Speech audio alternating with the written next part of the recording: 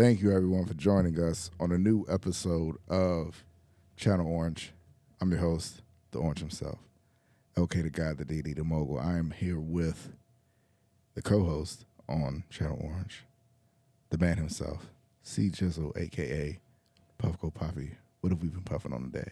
Today, it's been an orange drizzle kind of day. One of my one of my all-time favorites. It's top 5 from Evermore. It's one of my favorites. I just love the orange drizzle. It's great for creative endeavors, great for mental stimulation, and processing trauma when you watching crazy X-Men cartoons early on a Wednesday, not expecting emotional gut punches. Yeah, we're going to get to it. We're definitely going to get to it. Like on every episode of Channel Orange, we always start with hoops. We're always going to talk about hoops. So, what's going on in the world of hoops? I think Victor Wembanyama, the Wemby, whatever, motherfucking alien dude, should be the defensive player of the year by a lot. His steals and blocks are off the charts. He's averaging more than a block per game, more than the next person and next to him in terms of leading the league in blocks. Mm-hmm. But beyond just the numbers, which are staggering, if you watch the games, there are so many times where people will make a business decision at the rim. It'll just be niggas that'll just be like, nope. Wide open layup, see Wemby, and just be like, I'm just going to kick it out for a contested 3 instead of trying to go to the rim. There was a 3-on-1 last night, and it was 2 nights ago. It was a 3-on-1 against Wemby, and them niggas, it was 2 niggas just, if one nigga comes down, says nope, pass it to another nigga who says nope, and that nigga kicks it to the third nigga for a long 3 far away from Wemby. It is so it's like it's not even just the numbers. This man is a deterrent, unlike we've ever seen. Mm-hmm. This man's a creative player. I think I actually have the numbers. I sent it to my boy the other day because it was so jaw dropping. What this man is doing on a regular basis. Let me pull these numbers up. So I have the whole picture here. So when Victor averages over the average minutes per game for all-stars in the league is 35 minutes a game. So when Wemby plays over 35 minutes, here are his averages. When he's not on minutes restriction and plays 35 or more minutes, he's averaging 29.6 points per game, 14 rebounds a game, 5 assists a game, 4.4 blocks per game. 4 blocks a game. On 52% field goals, 33 from deep, and 83 from the line. This is as bad as he's ever going to be. This is his rookie season. 4 blocks a game is insane. As a rookie. He should have been an all-star. He should be all NBA something. And he is, to me, the defensive player of the year. This is... And I don't want to just be, just Schmeat writing this man, but this is not Schmeat writing. Yeah, but this man is legitimately something we've never seen before in the sport of basketball. People keep saying it, but legit, this is how niggas must have felt when they were watching Wilt just dominate 6'8" white boys, in a league where he was just physically something different, where niggas just couldn't do anything with him. Mm-hmm. And we're just seeing some. Wembanyama had a sham god into a spin move last night. Yeah, there's just some shit where this man does a 7-4 where it's just like, what are we doing here? Like, what did God do? He was just like, no more basketball for you niggas. Let's just create somebody from NBA 2K in real life. Yeah. And he's one of the most polarizing rookies I've ever seen in my entire life. 4 blocks, average of 4 blocks as a rookie is dumbfounding. Averaging 4 blocks, period, in the association is crazy. Nobody's doing that. Like that's the number that sticks out the most to me. Like if there is like a question on which number sticks out the most, 4 blocks sticks out the most. That's crazy as a rookie. Yeah, I mean, I'm thinking what do you even do? Because now he's figuring it out on offense and everything. He's like. His teammates have figured out, it's like, wait, he's 7'4", just throw it up. This man will just tap the ball in the basket, just be doing some bullshit that just demoralize you. Like, you playing the hardest defense of your life, nigga, throw it up, and this man just taps the ball in. Like, what the fuck is this? You didn't even jump.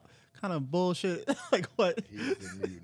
The mutant is Wemby. Then he'll take you on the perimeter and cross you out of your shoes for no reason. Like, why are you even able to do this? Yeah, a sham got into a spin. He split to the opposite direction. Well, spin. He's French, so it's a baguette. It's not even a shamgar. It's a baguette. I forgot to talk. Man, we don't talk about music a lot, but it's been burning a hole in my spirit to talk about the rap beef or the rap beef that never was. The 2-on-1 handicap match that we got going on between Kung Fu Kenny, OVO's own Drake, and Dreamville's J. Cole. If for it to be a battle, Drake would have to participate rather than just, be a video vixen and do everything but be in the booth. Subliminals and IG captions and all of this. At least I respect Cole because he did get in the booth, even though he had nightmares and was haunted and conflicted for using his influence. Or, let me talk to the people online and the discourse that's happening online with the rap beef, right? As an artist, I mean, maybe some people are more passionate about it than others. Okay, cool, got it. And maybe some people don't see hip hop or rap as a competitive sport. It's not like that. It's just like basketball. It's a competitive sport. It's only not competitive when you guys don't want to strive to be the best. Now, we understand that nobody's really beefing, like you don't want to cause harm to anybody, but it's competitive. Rap is a competitive sport. That's how some people approach it. That's why a lot of people have outrage over J. Cole apologizing for what he said, because that's unprecedented for apologizing for a rap diss. And me personally, the way I approach hip-hop is, one for one, you trying to have the best verse, the best songs, the best whatever at all times. And my problem personally, besides the apologizing, is the fact that you build yourself up that you were ready for this fight. And you gave the man the bars about To Pimp a Butterfly was trash, nobody liked it. You gave him the bars about, how many albums and how many years. Like, and then you throw the rock can I interject? Like, and hide your hand. Yeah, go ahead. None of those are good points, though, because like his albums are more commercially successful than Cole's albums, and also To Pimp a Butterfly is known as like a classic, even if you don't like trap jazz or whatever people are calling about it. It's still a great ass album. Like, but all that becomes water vapor when you apologize. Thank you. That's what I'm saying. Like, you, what kind of Thorfinn ass nigga is this? Like, I've never seen. Like, I have no enemies ass rapper. What is happening, dog? This is like what happens at a work company when some shit comes up we never even planned for. Like, what? We have to sign a permit for that? Like, I don't think hip hop has prepared for what niggas do when somebody apologizes for it. Nobody was prepared. Like, what the fuck? It's like, what do we do with pulled this? out the white flag, was just like, I don't want this beef anymore. This man, or just like, man, it's just, yeah. I get it. It flies against the spirit of battle rap and hip hop. Yes. You know, this is why Joe Budden is screaming on his new episode of the podcast. Like, this is sacred. Hip hop is sacred to us, and you can't just be like, no, it's not that no more. No, it's still competitive. Well, there's still, like, you go back to old school diss records. We all still listen to those diss records. Those are moments in time in hip hop. And before I let you go, I just want to say that when people say the Kendrick verse, first off, it was just a verse. The Kendrick verse wasn't that good. It was. I would like to remind you that A, it was just a verse. B, it made J. Cole apologize. C, it shook up the light-skinned community.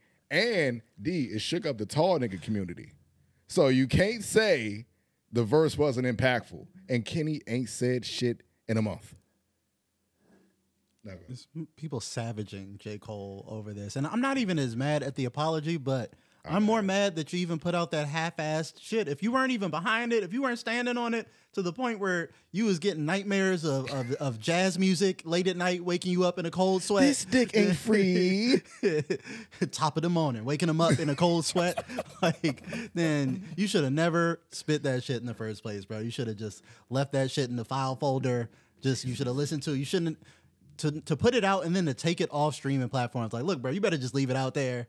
Stand on business. But this man retracted business. Said, I am not about this fight right now. And again, like, I don't think you have to hate the man like you were saying before. It doesn't have to be malice, but you can't go around saying I'm the best, and then when that nigga come at you and be like, actually he's the best. And like, nah, bro. Just like you said, it's like NBA culture. Like, you know, all the players are friends and shit, but you know, they don't want to lose to each other. They ain't trying to take no L's, man. I mean, I don't want to make a comparison, but that's like, I'm sorry. But there's not really like NBA players that's going around saying they the best. It's all contexture and fucking everybody else, like Skip Shannon, all them niggas. They be like, oh, he's the best, he's the best, he's the best. But that's like you get into the fucking playoffs, and now it's time to prove it. Now it's time to show it. You go 0 for 11. Like, bruh, it's time to show it. Now, to your point, all this shit, because Jcole was hopping on features, kicking the shit out of 21 Savage, but now it's time to show and prove. And you said you are the best rapper. I'm waiting for smoke. I'm ready for smoke. I want to smoke this and that. You can't say you one of the best. To me personally, you can't say I don't want to hear that shit no more. No, they didn't snatch that man off Mount Rushmore of current. Like, nah, bro. Like they said, they put that man to the next tier down, like in the big. No, just like, you can't. No, Jay-Z never ran from beef. Fucking Ye never ran from like the greatest beefs. I fucked you. First off, fuck your bitch and he click you claim. That's not happening no more these days. But that I just had to talk about that, man, because it was a very disappointing day in hip hop. Nah, man, it's over. They hit my man Jcole with the Jogo memes, bro. Like they talk, it's over. Man got the tear in his eye. It's like you were strong. Kendrick is Sukuna on this man's Jogo. It's over. Once I seen this man on the Vinland Saga memes, it's over, man. This man's a rap pacifist. My man has no enemies. This nigga said he had nightmares about it. Like, come the fuck. Waking up in a cold sweat to Pimp a Butterfly beats, basically. Black Panther soundtrack got this man in shambles. It's sad day in hip hop. Now to somebody else who committed seppuku. Shogun. Ooh, that's crazy. Crazy segue there, but I had to tie it together somehow. Shogun. Now we come in here preaching every week that Shogun is one of the best television shows ever. This episode really shows it really shows that Toranaga had a plan all along. It took a while for us to get to that actual plan, and people lost faith in him, but Toranaga has a plan all along. Yeah, it's about to go down the next episode, but yeah, this was by far my favorite episode so far. Like I said, the tension, just even it was like no action in this episode, but just the maneuvering, the character work, the tension, the different perspectives we got from different characters. Like I'm getting so invested in even like these little side characters, like just it's great. That's what the best shows do for me, is when I'm invested in these big ensemble casts where I'm invested in everyone, where I'm just like, oh man, what they gonna do? Oh shit, what they got going on? There's no B plot. Like all the plots are just like perfectly feeding the story. It's so good. Yep. The drama, like I said, this is almost like I said, the Succession, Game of Thrones in its prime, where it's like, this is just like people talking in rooms, wheeling and dealing, alliances, betrayals, like all this. Like this is just chef's kiss. They are cooking. And that scene where they're talking about the loyalty, talking about signing the loyalty pledge. Oh my God. One of the most tense things. Like I was on the edge of my goddamn seat. I was stressed out. I was like, no, he's not about to. When he just hits my man with then die then, nigga. Like, what? Then die. What? That's your man's. He said, your vassal will die for nothing, then die. Like, oh, fuck. Like, this is getting so intense. And then again, you don't know if he really, like, you suspect he has a plan the whole time. Like, you're like, there's no way he's just going out sad like this. Yeah, this is a ploy. Just going out and doing that. That's why I'm like, he was so smart because he played it completely up. Even he tried to play up the fact that he was sick to make himself look sickly. So they sent a report back like, oh, this nigga, he fucked up. He's surrendering, blah, blah, blah, blah, blah. A lot of brilliant plays. The church dude, where he's like, he sent the church dude back with a message. And he's just like, that's even the OG was just like, Right I know he next to the bullshit, but he sent that nigga back. There ain't no way he's surrendering if he sent that nigga back to the people. So don't you remember he gave the dude what is it, the priest? I hate that goddamn haircut. Yeah, the bowl cut. Oh, that haircut is so crazy. Disgusting. Yeah, that's upsets nasty me. It upsets my chakra. Yeah, that's nasty work. I feel like I got the chakra gone. Like it upsets my chakra. That was high fashion back then. That man had that. He's like, I got that fresh cut. I got that motherfucking high top ring. He looks like what is that? A Guapamon. Like he looks like one of them. But Tornado gave him the land, but the land he could build a church right next to the brothel. The brothel. I was laughing like shit. I was laughing. Oh, what about what's her name? Kimiko? Yeah, it's some great stuff with her and Buntaro where she just stuck the body knife slam all the that nigga. that man's soul. You could pinpoint the moment that man's heart broke in two, like on The Simpsons.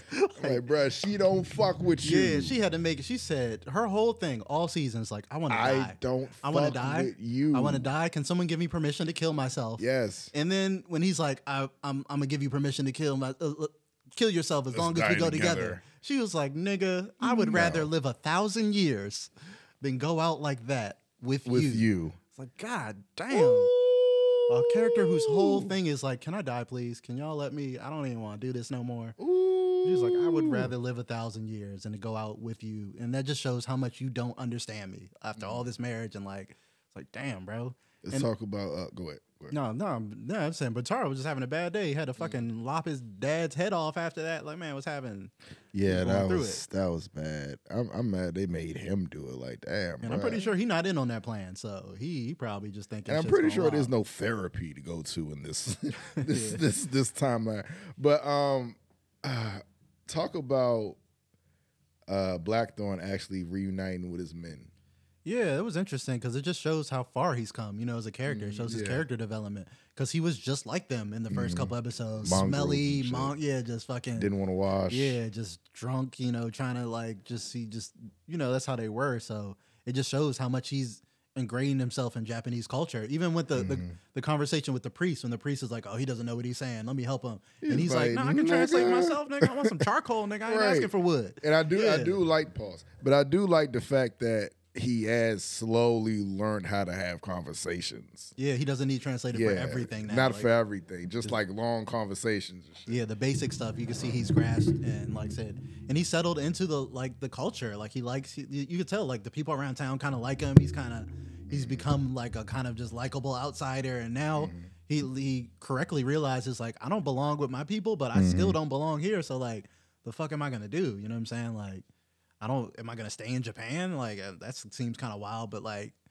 I ain't really got no home to go back to now because it seemed like he was scamming his crew anyway, which they picked up on. Like, hey, bro, you telling me we could have went home the whole time and you made us come here? Yeah. So it's like he was a shady dude coming in, but now it's like all his development, you know what I'm saying, is come full circle. So Blackthorn's arc is great. I even thought the son who took the L last week, what his friend was saying was kind of legit though, because he was like, yeah, that nigga didn't accomplish shit and died in a fucking embarrassing way, but like, at least he was trying. Like, he was the only nigga fighting for his pops. And that's what he was the only nigga before. going hard. Like, you can't expect everybody to just march to death. Like, somebody's gonna be like, bro, I don't want to die. Yeah, so it's like, give him credit. So when his homeboy made that speech, it kind of did like resonate. Where it's like, everybody's making fun of him and embarrassing, but he was the only one who tried. At least he wasn't competent enough to get it done, but he was like, man, I ain't going out like that, man. Fuck that. Like, right. So he does deserve respect because it's like he was serving Toranaga better than all of us. We just hear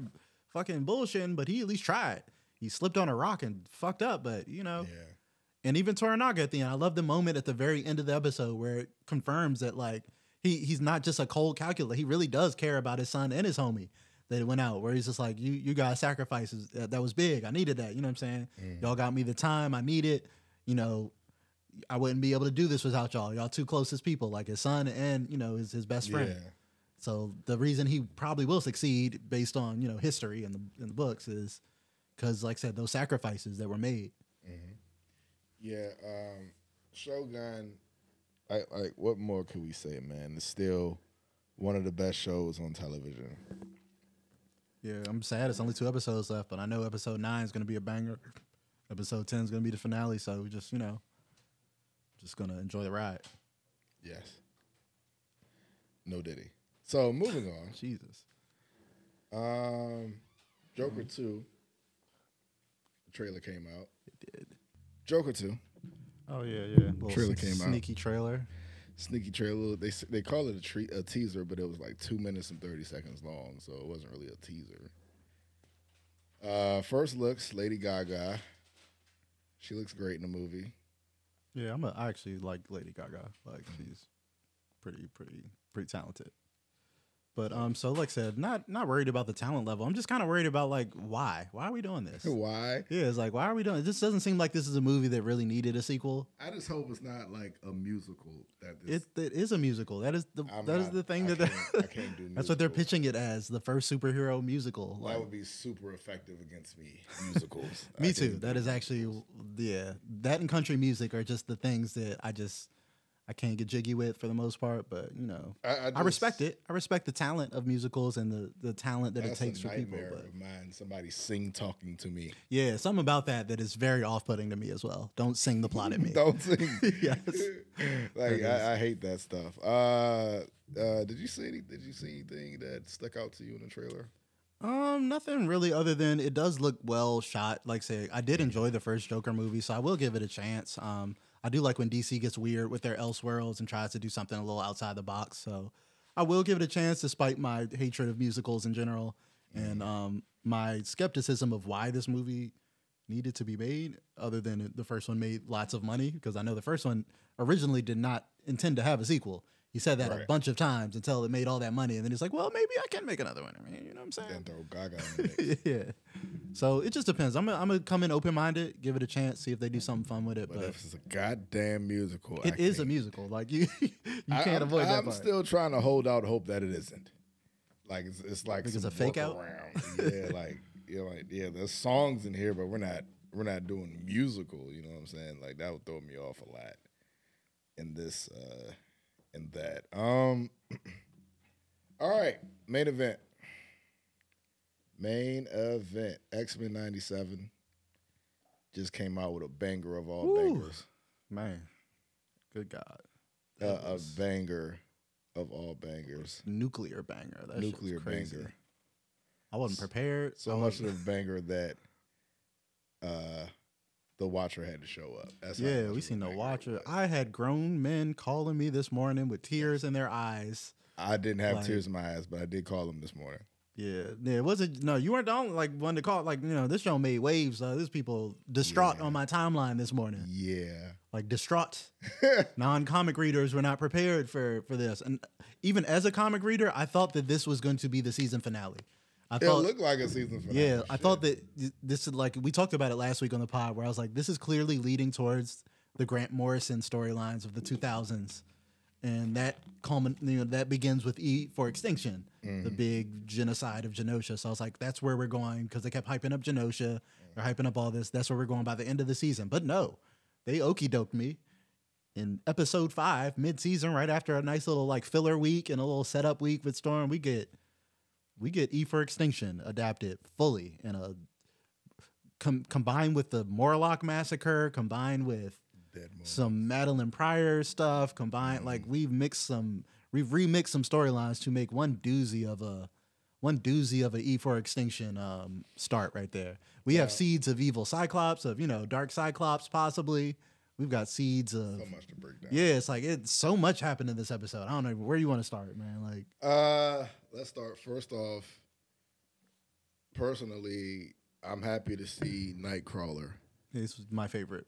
Nightcrawler come back in this animation and his bamf that he does. It's good to see that illustrated better than it ever. I mean, kind of never seen him in this medium before, but I guess that's the best Nightcrawler. And we're doing like traditional Nightcrawler versus like the X2 Nightcrawler, where he's like a swashbuckler. I mean, I don't know if is this like he doesn't look like the sword wielding one, right? I mean, Nightcrawler traditionally likes to have a sword. He's a swashbuckler. Yeah, that's kind of his thing. Shit like that. Yeah. When he does have a weapon, that's his weapon of choice. Shouts to Nightcrawler for coming back. the shout out to Nightcrawler for surviving. Because I was worried I about couldn't my see boy. him dying in that. He had a close call. He barely made it out that jump. Yeah, I couldn't see him dying in that. Madeline Pryor and Scott. They did the Emma plot line. That's a plot line from New X-Men where Scott has a psychic affair with, again, on Jean but it's with Emma Frost in the comics. And they did it with Madeline, which is kind of interesting. Switch up because Madeline's not around at that point in the comics, so that's a logical switch up that makes a lot of sense. Jean, you tripping? Jean was big tripping. Jean is like, she's like, I support women's rights to be wrong. That is Jean this episode. She over that jump making out with Wolverine and then going to Scott and be like, "How dare you cheat on me?" Like, didn't you? That was unhinged. Weren't you just making out with Wolverine outside? Like, that was unhinged. All right, so for anybody who didn't know, Scott is married to Jean. They had a baby, but he found out that Jean was cloned and her name is Madeline Pryor. So the baby was sent into the future because they had a technoganic virus. There was no cure for it. Shit never got cured actually. But yeah. So of course they're going to have conversations back and forth to talk about. She used to be his baby mother and his wife. But Jean is upset because they still have constant contact. And my first point is, Shawty, you really the stranger because he been with her this whole time. At least, well, like that's his point. He's like, I don't know when you guys are switched, but I at least know like the last 9 months or so I was with Madeline because she had the baby. And they had a baby together. Yeah, it's like he's like, I at least know that. That's the only thing I can know for sure is that part was with Madeline. You know what I'm saying? Lot of like women, a lot of women have, problems with the baby mother clause. Like, I have to talk to her. She's my baby mother. Only she was my baby mother. So it's more complicated when she's an actual clone of you. Yeah, like I have a reason. I have an alibi and everything. You can't really get mad at me for this. And yeah, and Scott broke bad a little bit. Cursing out the reporter. I like it. No, he was spitting all bars, but like I said, I think we might be, especially spoilers for future if Magneto didn't make it out of this, this will lead to Scott becoming more Magneto-like the 2000s and 2010s version of Cyclops, where he was I like this version of Cyclops. I think he's a little bit more interesting, where he's a little bit more savage. He's the one who started the modern iteration of X-Force, where it's like, hey, Wolverine, I need you to kill some people for us. We're not doing the spandex, the bright, we're heroes. It's like, look, man, who the nigga making the Sentinels? I'm going to send you to his house and you murder him. Right. And then this is how we get, and Cyclops started to be darker like that. And I think that's what they're laying with that speech where he's like, yo, like we saving the world all the time, bro. And then I got to do an interview just so you think I'm a human, I'm a person. So like to humanize us, like, fuck you. Like the whole world will be gone without us like 10 times over. And we still got to play nice and be hated and feared. Like, fuck off. And I think he has a great point. Oh, he's going to be even more upset when he finds out Jean kissed Wolverine. Like, unhinged. Might be time for them to break up, like in the comics, man. Might be time for, Cyclops to go hook up with Emma or something, or go. I mean, I'm with it. A little nice change. Your boy Gambit. Hey, look, man, he got the heroes goodbye. Because before that, it was a bad day. He was having a rough day, you know what I'm saying? Even though, at the end of the day, even though he didn't find out that Rogue did choose him at the end, like, she was wilding half the episode, couldn't make up her mind, but I give her more sympathy than Jean, because Rogue has a legit point where she's like, I would like to be touched at some point. Like, there's a nigga who...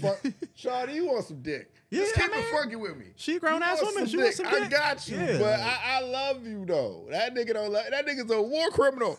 That nigga is a war criminal. But he could give her dick. You literally don't have a shot in the dark with some women when they attracted to a goddamn criminal. You could be the nicest nigga in the world, but Gambit's also a criminal, like, to keep it real. Stop it. Stop. He's not as big. Magneto is the fucking final boss on video games. Yeah. Magneto's a war criminal. He's a fucking terrorist. Yeah. But you know, he be having points though. He be spitting facts, man. Poor Gambit, man. Like I said, his girl chose him in the end. You know what I'm saying? He just didn't make it. That was one of the things. You know, he had the death flags like an anime. I started first death flag episode title. When people told me this is a heavy one, said some crazy shit happened, somebody not gonna make it out. Yeah. The episode titles, remember it. That is Gambit's catchphrase. So that's already warning number one. It's like, oh damn, my man's in danger. Then the whole Rogue stuff being resolved, like that plot line. When I saw him riding into that final battle with Rogue and they're smiling and they're having their moment of like, yeah, this is what I do. I ride in with my bae and we handle shit. I was like, this might be the end of my boy. Yeah. I'm starting to feel the death flags for somebody. I was like, him or Magneto gonna die, and then they gave me both.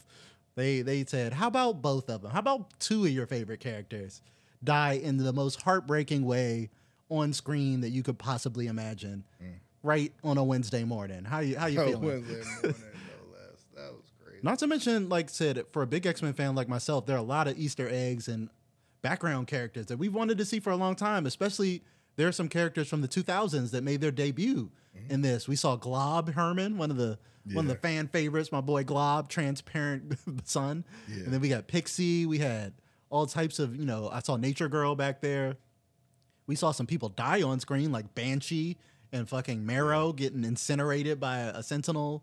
And it looked like Callisto was dead. It looked like, you know, possibly Shaw and Dazzler. I don't know if those were their okay body bags or body bags. You know what I'm saying? I don't know if those are medical triage, like get them some help, or they're done. Put the cloth over them type of things. But it did not look good for a lot of characters. And we saw that Nightcrawler and the people on that rooftop survived because of Gambit, but who else knows who died during that massacre? Because in the comics, the numbers of deaths are in the millions, but they don't specify how many mutants are in Genosha on the show. So they've been purposely kind of vague with it. Yeah. So we don't know how many, but you have to imagine at least hundreds or thousands and thousands are dead.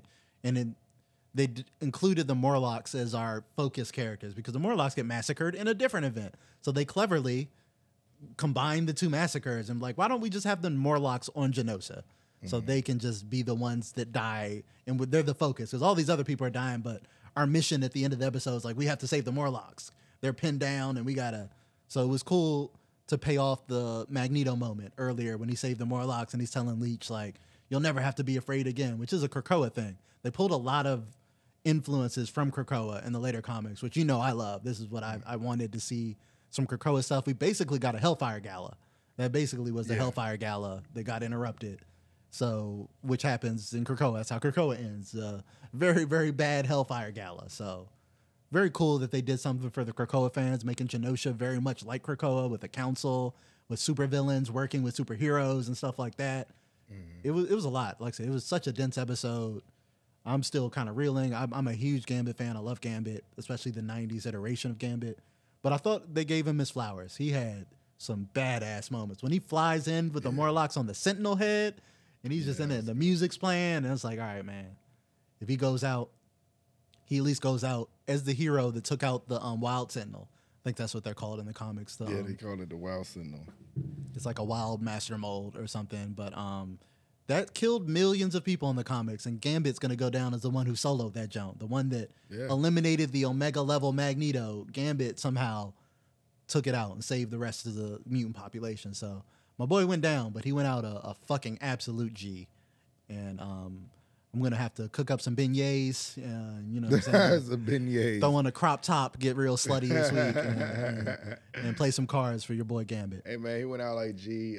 Cable came back for all of goddamn 5 seconds. Well, you know shit's bad when Cable's like, fuck, no. They're pulling me back in time. I don't even think he said anything. He said something like, hey, Mom. He said, sorry, Mom, because he couldn't save her, because she's that's the way. One reason I was thinking is like, what are they going to do about Madeline Pryor? Because she's usually taken off the board in one way or another, so we don't have two Jeans running around. That's just wildly confusing and convoluted. So it's like, well, that solves that. No more Madeline Pryor. She was the first one to get bucked by a Sentinel. Like, just, woof. There was just a lot going on in this episode. It was bad. It was bad for and her moment of realizing the Cable is her son for the first time, where she's like, oh, wait a minute. Because she knows of Cable through Jean's memories and stuff like that. But I don't think it was ever really confirmed that. Well, I know Cable knew that, but they knew that Cable was their son. Right. You know what I'm saying? So they'll get that realization where before her death, she at least knows the closure of like, okay, the son I sent into the future made it. It's Cable. It's our nigga. He been helping us and shit. It's all good. And then she dies through the effects, and they made those Sentinels terrifying. Like I said, that was very much E for Extinction type shit. Like the Wild Sentinel is very scary, like very powerful. Yeah, can't wait to see the resolution. We're halfway through the season. We got 5 more episodes, dog. Yeah, and next week they're doing the Light. We're finishing Life Death next week, so yeah, we're gonna Storm next week, but we still got 4 episodes after that. And they've already spoiled that Storm's gonna get her new uniform and get her powers back. I mean, that's what happens in Life Death. But yeah, man, X-Men '97, cooking, Chef Ramsay cooking, banger. Banger. I gotta subscribe to Cuz OnlyFans now, man. Souffles and flambe, they just there in this show doing some. Bo Mayo, I'm gonna support you, man. You wanna do OnlyFans? I support you. I ain't gonna watch none of that shit. I'll subscribe just if you give us another season. I ain't gonna say I'm gonna watch whatever. I don't know what you're doing on that jump, man. I don't wanna. Yeah, I don't wanna. All I'm saying is, look, man.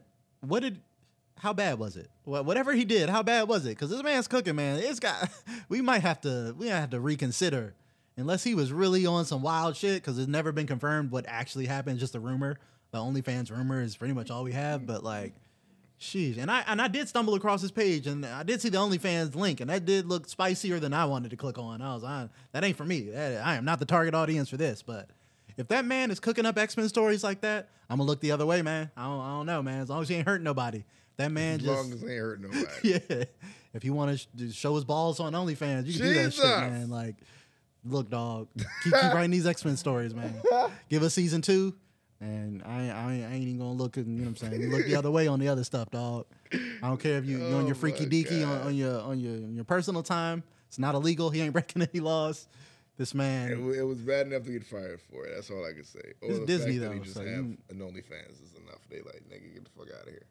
Maybe they weren't paying this man enough. Give this man a raise based on this season, and maybe he won't need the OnlyFans. You know. All I'm saying is this is brilliant writing. Bo DeMayo, despite whatever controversy happened with Disney and you need to be commended for cooking with cooking on this show, man. Just great job writing. The direction, the decision to what to adapt and how to adapt it has been brilliant. And just really just forcing people to grow up from their childhood, man. Like I said, that last episode, like my man Terry was telling me, we were talking about it earlier, he was like, that last episode with Jubilee was trying to prepare you for this. So it's like, time to grow up. Because shit's about to get real. Your childhood will not stay the same forever. Yeah, and she was in that joint. Yeah, she's about to get... it's about to go crazy. Yeah, so it's been awesome. X-Men 97 has exceeded all expectations. All right, is that everything? Pretty much, yeah. Like I said, X-Men comics are coming to an end as well. So as the X-Men... By the time X-Men 97 wraps up, we'll pretty much be about done with Krakoa as a whole, which is sad, bittersweet. But X-Men comics, like I said, it's great. It's great to see at least a little bit of Krakoa reflected this week in the animated series. It shows that gives me more confidence that they aren't scared of the newer stuff. Some of the newer stories, I'm just tired of seeing Claremont stories. Like the man's the GOAT for X-Men, that's great, but we've done the Mansion, we've done the same roster over and over and over and over. Like, let's do some new stuff. And now it looks like they are boldly not afraid to do some new stuff. They said we done with the 90s. They go and say we done with the 90s. It's called X-Men 97, but 5 episodes in, we are in the 2000s basically in terms of storytelling. Yeah. So like we're firmly now into Grant Morrison's new X-Men run. Like now I hope to see a new team roster by the end of the season.